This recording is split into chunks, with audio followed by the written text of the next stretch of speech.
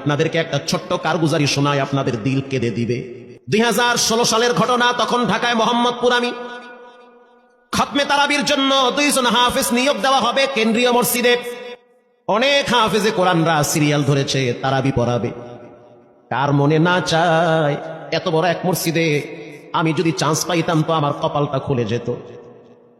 শুক্রবার দিন সবাই দরখাস্ত রাখলো, ইন্টারভিউ শুরু হয়ে গেল। পরের জুমায় অসংখ্য ছাত্রদেরকে দেখছি খতমে তারাবির জন্য ইন্টারভিউ সিরিয়াল দিয়েছে। ইন্টারভিউ বোর্ডের ভিতরে আমি ছিলাম। কয়েকজন হাফেজকে আমরা সিলেকশন করছি যে এদেরকে নেওয়া হবে। এদের তেলাওয়াত সুন্দর, পড়াও বড় মজার। আমরা কাগজগুলো এক জায়গায় জমা করছি। পরের জুমায় আমরা ঘোষণা দিয়া দিব কোন মায়ের সন্তান চান্স পাবে। পরের জুমায় যখন জুমার নামাজের পর 3টার দিকে যখন আমরা বসে বসে ফলাফলগুলা দেখতেছি যে কাকে কত নাম্বার দেওয়া হয়েছে, দরওয়াজা লাগায় দিছি, জানলা লাগায় দিছি, এসি ছেড়ে দেওয়া হয়েছে, সব লাগানো, বাহির থেকে কিছুই দেখা যায় না। ইন দি মিন টাইমে মসজিদের বারান্দার দরওয়াজায় কে যেন নক করতেছে। খাদেম সাহেব আস্তে করে জানলা খুইলা উকি মাইরা দেখতেছে যে 2টা ছোট বাচ্চা বাহিরে দাঁড়িয়ে আছে, একেবারে অল্প বয়স। খাদেম প্রশ্ন করলো, তোমরা কারা, কেন আসছো? বলে, আমরা 2 জন আসছি খতমে তারাবির ইন্টারভিউ দেওয়ার জন্য। খাদেম সাহেব একবার পায়ের দিকে তাকায়, আবার জামার দিকে তাকায়, কারণ কথার সাথে বাহ্যিক সুরত মিলে না। অন্য ছাত্রদেরকে দেখছি কত উন্নত পোশাক পরে, গেটআপ কত সুন্দর করে ইন্টারভিউ দেওয়ার জন্য আসছে। আর এই 2 জনের দিকে তাকায় দেখলাম মনে হয় রাস্তায় ভিক্ষা করতে করতে আইছে, মানায় না, একেবারে গরিব। খাদেম বলল, ইন্টারভিউর ম্যাচ শেষ, চলে যাও বাড়িতে, নেওয়া হবে না। যাদের ব্যাপারে পরীক্ষা নেওয়া হয়েছে তাদের ব্যাপারে ঘোষণা দেওয়া হবে। বাচ্চা 2টা নাসরবান্দা বলতে আছে, আমাদের তো টাকা নাই যে আমরা ভাড়া দিয়ে এখানে আসবো। বাবায় বড় কষ্ট করে 2-4টা টাকা জমা কইরা পকেটে দিয়া পাঠায় দিছে, এজন্য আসতে দেরি হয়েছে। খাদেমের বড় মায়া লাগছে, কারণ খাদেমও গরিবের সন্তান। ভিতরে গিয়া মুয়াজ্জিম সাহেব বলতে আছে, ও ভাই, বাহিরে 2টা বাচ্চা দাঁড়ায় আছে, ওরা নাকি হাফেজে কোরআন, কিন্তু দেখলে তো মানায় না। মুয়াজ্জিম সাহেব ধমক দিয়া বলতে আছে, কোনো সুযোগ নাই, তাড়ায় দাও। খাদেম গিয়া ইমামের কানে কানে বলতে আছে, হুজুর, বাহিরে 2টা বাচ্চা দাঁড়িয়ে আছে, চেহারার ভিতরে এত মায়া, কিন্তু বাহ্যিক সুরত মিলে না, ওরা নাকি কোরআনের হাফেজ। পাশেই তো রহমানিয়ার মুহাদ্দিস সাহেব বসা আছে, তিনি বলতে আছে, কি ব্যাপার, ফিস ফিস করে আপনি কি বলতেছেন? বলে, হুজুর, বাহিরে 2টা বাচ্চা দাঁড়িয়ে আছে, তারা খতমে তারাবির ইন্টারভিউ দিতে চায়। মুহাদ্দিস সাহেব বলল, কোনো কথা নাই, আল্লাহর ঘরের দরওয়াজা খুলে দাও, এখানে কোনো পার্সিয়ালিটি চলবে না। আল্লাহর ঘরের দরওয়াজা সবার জন্য খুলে দেওয়া হবে, আসতে দাও, ভিতরে বসতে দাও। যদিও ওদেরকে দেখতে মানায় না, বংশগত তেমন মর্যাদা নাই, ভিতরে আল্লাহর কোরআন থাকার কারণে আমাদের উপরে ওয়াজিব হয়ে গেছে তাদেরকে সম্মান করা। কোন দিক থেকে মানায় না, কিন্তু ভিতরে আল্লাহর কোরআন আছে, এজন্য তাদের মর্যাদা অনেক বেশি। এবার বাচ্চা 2টা বাহিরে উজুখানায় গিয়া সুন্দর করে উজু বানাইল। উজু বানাইয়া ভিতরে ঢুইকা আমি তাকায়া দেখতেছি লঙ্গির এক মাথা নিচে আর এক মাথা উপরে। এতটাই ভয়াবহ অবস্থা, কিন্তু আজীব দৃশ্য। 2 জনের চেহারা একই রকম লাগে, 2 জনের চেহারা একই রকম লাগে। কে বড় কে ছোট বোঝা বড় কঠিন হয়ে গেছে। মুসলমান ভাইয়েরা আমার, ইমাম সাহেব প্রশ্ন করলো, তোমরা 2 জনের বাড়ি কোথায়? বলে, আমরা নারায়ণগঞ্জে ভাড়া থাকি। বাড়ি কোথায়? বলে, আমাদের বাড়ি কুড়িগ্রামে।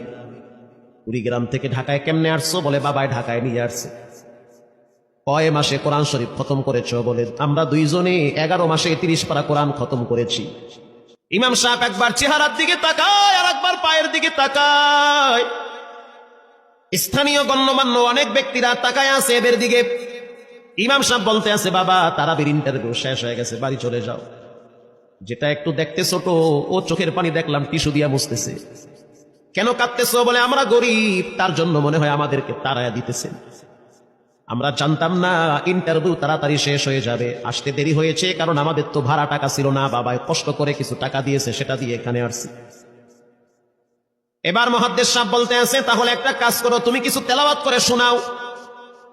2 জনেই উত্তর দিল যে, আমরা তেলাওয়াত করলে তো আর নিবেন না, আপনারা প্রশ্ন করেন, আমরা 2 জনে উত্তর দিব। আমি তো আশ্চর্য হয়ে গেলাম, জীবনে কত হাফেজ দেখছি, এরকম হাফেজ দেখি নাই। প্রশ্ন করবেন, আমি উত্তর দিব। বুঝতে পারলাম ভিতরের খবর কেউ না জানলেও একজন জানেন, তিনি হলেন কে? মুহাদ্দিস সাহেব বলতে আছে, বাবা, প্রশ্ন করব, ঠিক আছে, তোমাদের মন মতো একটু তেলাওয়াত করে শোনাও।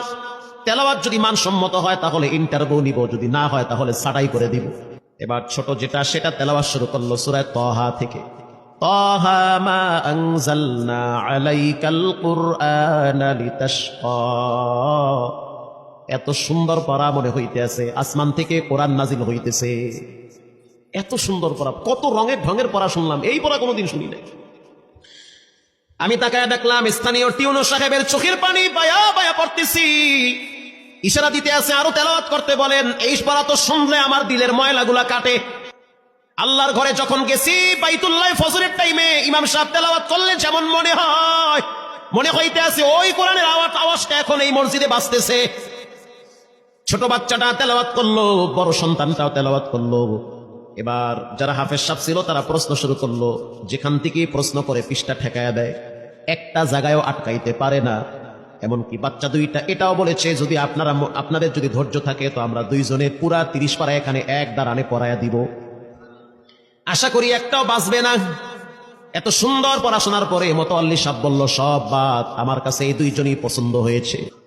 এই দুইজন রে মোতাল্লি সাহেব দাঁড়াইতে পারে না, হুইল চেহারে বসে থাকে, কাছে ডাইকা বুকের সাথে জড়ায়া ধরছে আর বলতে আছে আল্লাহ, এমন একটা সন্তান যদি আমার থাকতো জীবনটা ধন্য হয়ে যেত। আমার মৃত্যুর পরে একটু হইল তেরা কোরআন তেলাওয়াত করতে পারত। নিয়োগ হয়ে গেল, তারাবি শুরু হয়ে গেছে। মোহাম্মদপুর থানায় গিয়ে খবর নিয়ে দেখে অনেক পুলিশরা এই বাচ্চার পিছনে দাঁড়ায় দাঁড়ায় নামাজ পড়ে চোখের পানি ছেড়ে কেঁদেছে। শুধু তাই নয়, অনেক হিন্দু মহিলারা পর্যন্ত রাস্তায় হাঁটার সময় তেলাওয়াতের আওয়াজে দাঁড়ায় দাঁড়ায় কোরআন শ্রবণ করেছে। শুধু তাই নয়, অনেক বড় বড় ডাকাত, মাস্তান, সন্ত্রাস, কিশোর গ্যাংরা পর্যন্ত দাঁড়ায় দাঁড়ায় কোরআনের আওয়াজ শুনেছে। 17ই রমজান দেশে বদর দিবস, হাজার হাজার মুসল্লি দাঁড়িয়ে আছি। ইমাম সাহেব জানে না যে এরা দুইজনে আপন মায়ের পেটের ভাই হয়, এটা ইমামের জানা নাই। দুইজনে তারাবি চলতে আছে, চমৎকার পড়া, পিছনে শত শত মাওলানা মুফতি দাঁড়ায় থাকে। মনে হইতেছে তেলাওয়াতের আওয়াজে আর এক জগতে হারিয়ে যায়, এত সুন্দর পড়া। তারাবি শেষ হয়ে গেল, মুসাফা শুরু হয়ে গেল। বাচ্চা দুইটারে কেউ বুকের সাথে জড়ায়, কেউ কপালে চুমা দেয়, বলে আল্লাহর কোরআনকে চুমা দেই।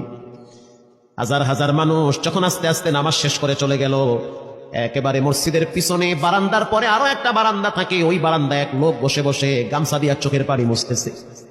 কিছুক্ষণ পরে লোকটা দেওয়ালের সাথে কপালটা ঠেকায় দিয়া একেবারে অস্থির হয়ে গেল, মনে হচ্ছে তার ভিতরে কাঁপুনি শুরু হয়ে গেছে। কিছু মুসল্লি গিয়া প্রশ্ন করলো, কি হয়েছে আপনার? বলে আমার কিছুই হয় নাই। টাকা লাগবে? বলে না, টাকা লাগবে না। তাহলে আপনি কেন এখানে কাঁদতেছেন? বলে আমি এমনি কাঁদতেছি, এটা কষ্টের কান্না না, এটা খুশির কান্না। এটা কষ্টের কান্না না, এটা খুশির কান্না, আনন্দর কান্না। আল বুকা মিনাল ফারাহ, অতি সুখে মানুষ কখনো কখনো কেঁদে দেয়, চোখের পানি ছেড়ে দেয়। ইমাম সাহেব বলল পিছনে কে? লোকটা তাকে সামনে নিয়ে আসে। এবার লোকটাকে যখন কিছু দূর সামনে আনা হইল, ওই বাচ্চা দুইটা মসজিদের ভিতর থেকে দৌড় মাইরা গিয়া বলতে আছে, এই লোকটা আমার আব্বা, ইনি আমার আব্বা হয়। ধমক দিবেন না, রাগ করবেন না, আমার আব্বা ঢাকা শহরে রিক্সা চালায়। রিক্সা চালায় চালায় আমাদের দুইটা ভাইরে কোরআনের হাফেজ বানাইছে। ইমাম সাহেব ধমক দিয়া বলতে আছে, আপনি কেন দেরি করলেন? আগে কেন আসলেন না? রিক্সাওয়ালা বলতে আছে, আমি যদি আগে আসতাম আর যদি পরিচয় দিতাম আমি রিক্সাওয়ালা, হয়তো আমার বাচ্চা দুইটারে মানুষ খোটা দিবে যে রিক্সাওয়ালার পোলা। এজন্য আমি আসি নাই। দূর থেকে নামাজে কোরআন তেলাওয়াত শুইলা আবার আস্তে করে দূরে চলে যাই। মাঝে মাঝে বাচ্চা দুইটার সাথে দূর থেকে আইসা দেখা করি। এটাই হলো কোরআনের বরকত। পরে শুনতে পারলাম এই বাচ্চা দুইটার মাও নাকি গাড়ি অ্যাক্সিডেন্টে মারা গেছে, লাশ পড়ে আছে সেই কুড়িগ্রামে। একটা ছেলের নাম জুবায়ের আর একটার নাম হলো তালহা।